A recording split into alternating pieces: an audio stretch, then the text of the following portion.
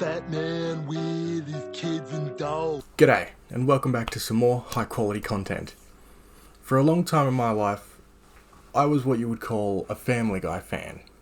And probably like a lot of you, I just went off it after a bit, probably around season 12, 13, something like that. Pretty much called it quits, just gave up on it. It just wasn't the same, it wasn't as fun. And yes, that's the season they tried to kill off Brian. I remember being genuinely devastated by that as a kid too. Like, I didn't cry like some people. I wasn't a child. But I was definitely upset about it, and I think that was definitely the beginning of the end, in my opinion, when it seemed like the writers just stopped caring. But granted, maybe that happened long before that anyway. That's when my young brain noticed it. But we're not here to talk about the fall of Family Guy. No, my friends. We're gathered here today to talk about the Family Guy movies. Specifically that one right now. The Family Guy movies started as early as 2005 with a direct-to-video release of Stewie Griffin, The Untold Story. And I know technically they're not real movies, they're just like 2 or 3 episodes kind of stitched together. But it's the closest thing we're ever going to get to a real Family Guy movie. It also aired on television as the final 3 episodes of season 4. And I tried to find the numbers, the metrics of how many people actually watched it, but couldn't find anything. Also couldn't find anything for the finale of the Star Wars trilogy, It's a Trap. So I'm guessing they just didn't do very well. But let me tell you, at least here in Oz, everyone was crazy about Family Guy back in that time period. It was like the biggest thing ever, especially the movies. They were huge. Back when DVD rental was a thing, people would say, you need to rent the Family Guy movie, it's so funny. It was kind of unmatched in that time period, except for, maybe that other TV family. But Family Guy was more adult because they could say the naughty words. And sometimes they could get away with it too. So the movie actually opens with the premiere of the movie in the Family Guy universe. And for some reason, Drew Barrymore's there. I guess that's just a fun gag because she does not come back later. As well as the Kool-Aid Man, the greased up deaf guy, the evil monkey make their appearances. Cleveland's there for some reason. He's only in like the last part of it. Careful, Maddie. Also, Adam West was there too. He said some words, I suppose. Didn't I guess they just didn't have any room for him in the movie. And the Griffins themselves make their appearance, and then everyone goes into the theatre as Channel 5 reveal they've hired Quagmire to provide them with a bootleg of the film, and then the ads before the film start, and they're actually pretty funny. Like I said, Family Guy used to be pretty good. I was actually, don't think I was wrong about that, because I actually just watched this, 10 minutes ago. But then again, that could just be my nostalgia speaking. Who am I to say? What do you think, critic? Okay, thanks. By the way, that opening bit, that entire part of them going to the premiere of the movie is not in the Disney Plus version of this, which is very annoying. So there's a lot of cut jokes and everything in that too, so I do recommend actually getting a physical copy. They're not expensive on eBay. I think I got mine for like $9. So yeah, it's annoying how much of it is actually cut down or just straight up removed. So the movie actually starts and opens with the Griffin family at the local pool. And you can correct me if I'm wrong, but I'm pretty sure this is the first time I've heard of Lois being an Olympic swimmer. I knew she was a swimmer from the time travel episode in season 5, but I didn't think she was at that level. Maybe I'm just reading too much into a one-off joke and it doesn't actually matter. So Peter wants to teach Stewie how to swim, so he just picks him up like this and just tries to chuck him in the pool, And he seems scared of the water, which leads Lois to suggest maybe we should get him swimming lessons. There's a cut to Peter walking into a video rental store, which most people watching this, you, dickhead, probably don't even know what a video rental store is, because, hey, everything's on Disney Plus these days, isn't it? And he's looking for pornos, and yes, this is where the what really grinds my gears meme came from. This movie. And so we see Lois and Stewie at his first swimming lesson because he's jealous of this other kid named Brad for being a better swimmer than him. There's also a cut joke here where Gandhi makes a joke about black people calling their women bitches and Indian people don't do that. We see Stewie's second and last swimming lesson as he falls to the bottom of the pool and nearly drowns. As he resurfaces, he sees everyone celebrating Brad. So he does the same thing and straps some dynamite to a lifeguard chair and baits Brad over to it so he can blow the little fucker up. But doesn't work that way, and instead he almost kills himself, and he sees himself in hell and decides to be a better person, which of course doesn't last. Also, I guess his middle name is Gilligan. I don't know if that's like a running gag. I don't know if that's a thing, actually.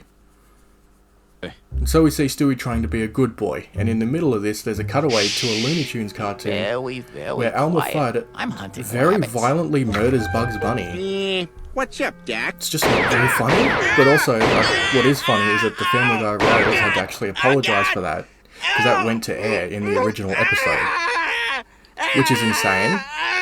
What the fuck? What kind of normal person would do that?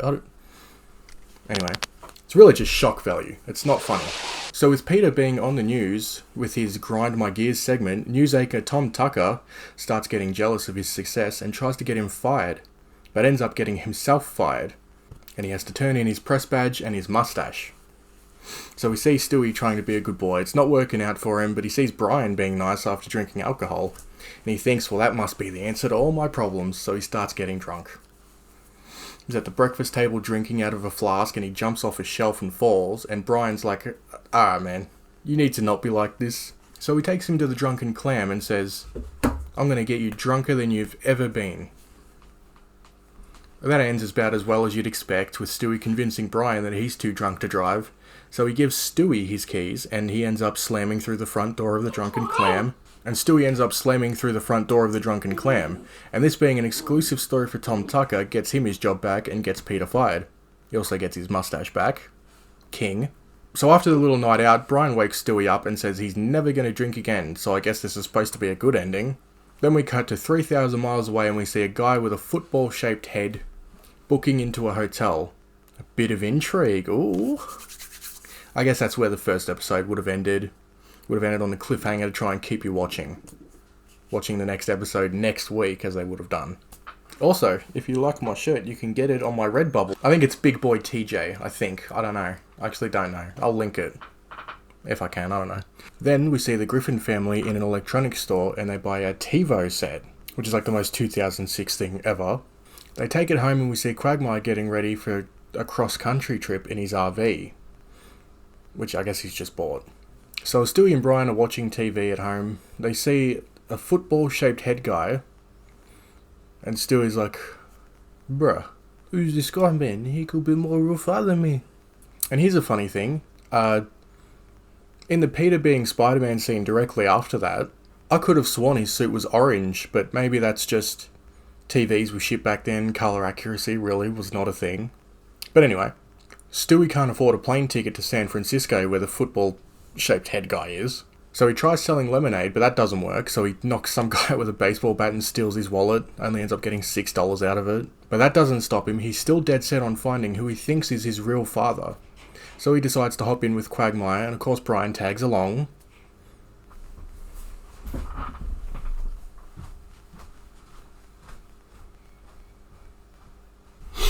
Alright, that's funny. Put a clip in of my chair, just with no one in it, and just say average Hassan stream.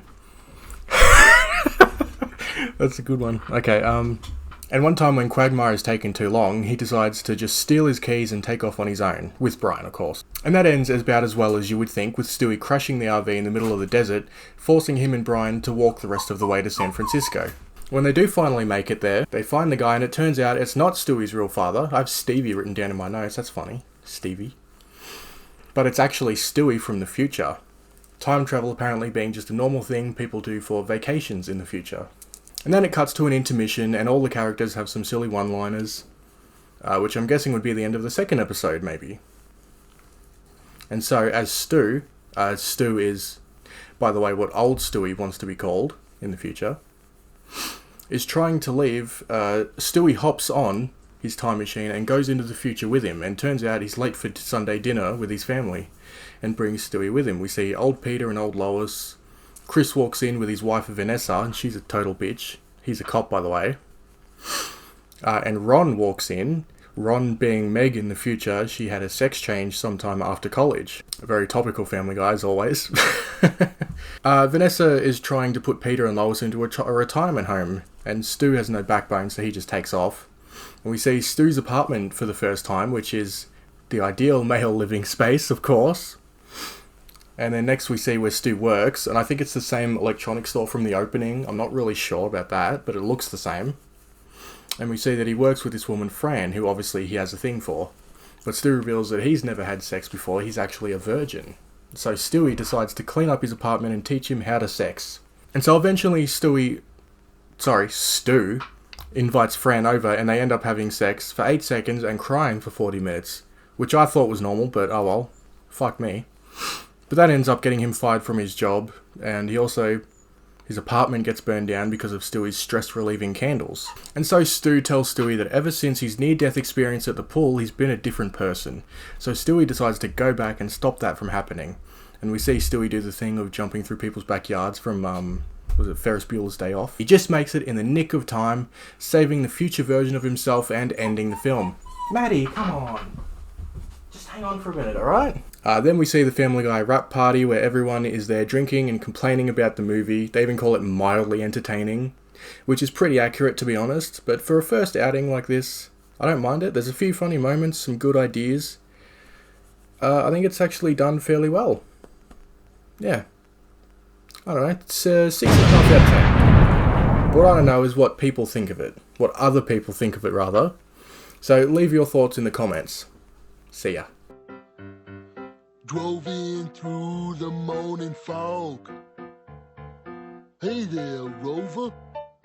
Come on over.